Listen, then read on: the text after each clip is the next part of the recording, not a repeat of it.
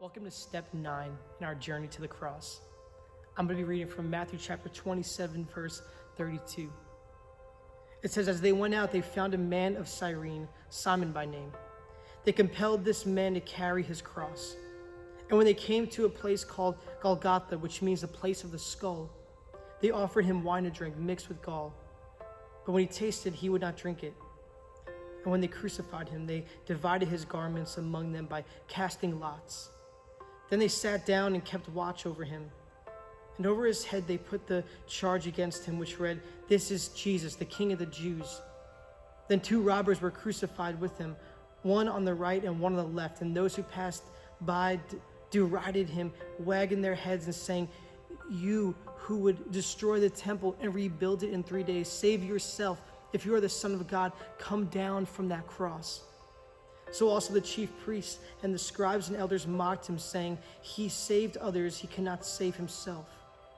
He is the King of Israel. Let him come down now from the cross, and we will believe in him. He trusts in God. Let God deliver him now, if he desires him. For he said, 'I am the Son of God.'" And the robbers who were crucified with him also reviled him in the same way. The sin of human beings made Jesus stay on that cross. Not the Roman soldiers. It was the love of sinful human beings that held him there on that cross. He could have answered to these mockings. He could have said something back.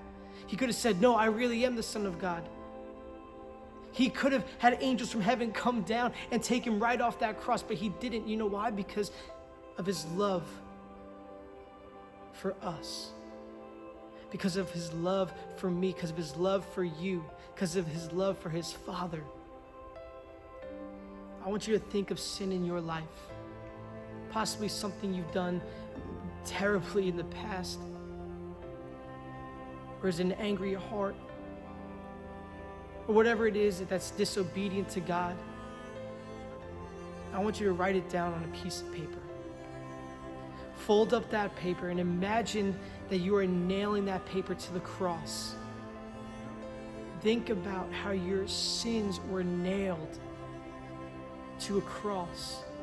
And with each time that you're hitting that nail, remember Jesus' words, "It is finished."